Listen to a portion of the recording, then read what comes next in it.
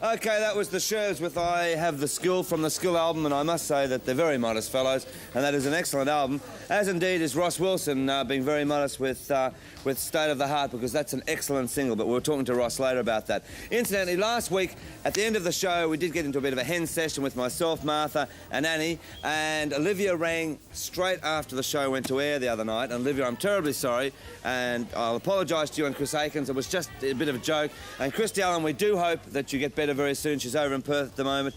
And as for Linda and Paul, we have no idea, but we'll try to confirm that. But it really is none of my business in the stuff of this foolish behaviour. And talking about foolish behaviour, Rod Stewart has got this album out, as I said last week. You've already seen a film clip of it, Passion. He has gone polka dot, which means that Rod's gone a bit dotty, I'd imagine. But it's a very good Rod Stewart album, and it's typical Rod Stewart, and I think that everyone is going to latch onto it. In fact, it's going to be a big one for him. Rod Stewart with Foolish Behaviour. And watch out for Rod. He'll be coming here early next year, whether they say that yes or no.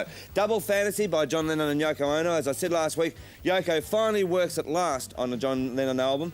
This is a great album. You've got to sort of take time to listen to it, but once you get into it, I'm sure you're going to love it. John Lennon, Yoko Ono with Double Fantasy. All right, Plastic Bertrand, about a year and a half ago, had Ce Plein Pour Moi, or something like that in French. Well, he's got another big hit heading his way on the Australian charts, and here it is, Plastic Bertrand with Téléphone, a Téléphone. Frimé à mort à fond les pics, c'est au club Méditerranée que diras-tu balancer du air en ligne roulant vers un état qui se meurt et en rock'n'roll attrape les cheveux blancs. All right, there you go. Plastic Bertrand, Telephone. And Olivia, don't get on the telephone this week. It'd be nice to see you in Melbourne. All right, Neil Young has got a great album out called Hawks and Doves. Now, unless you're into Neil Young, you may not like this album, but go out and do yourself the favour as usual. Listen to Hawks and Doves, and if you don't particularly like this particular album, go back and listen to the old Neil Young albums. Then you'll find what I'm raving about. But this album, to me, as a Neil Young album, is a great album. All right, one man that's got the #1 hit in America at the moment. He, like him or love him, he is an excellent artist. His name is Kenny Rogers, and he's got the #1 hit, as I said, in America with Lady, Mr. Kenny Rogers.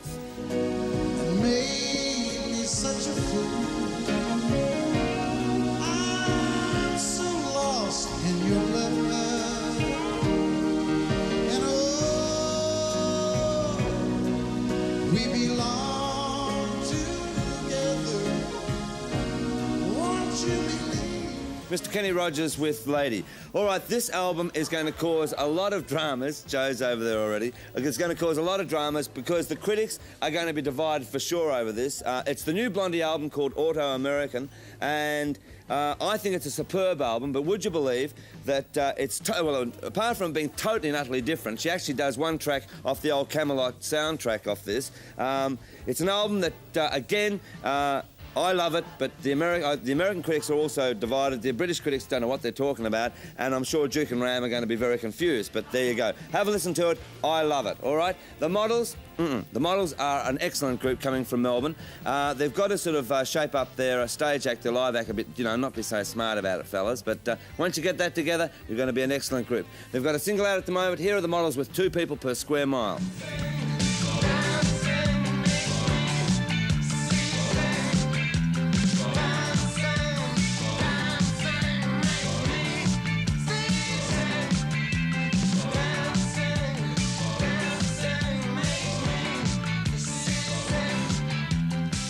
I love that group, the Models, and this little Sean there.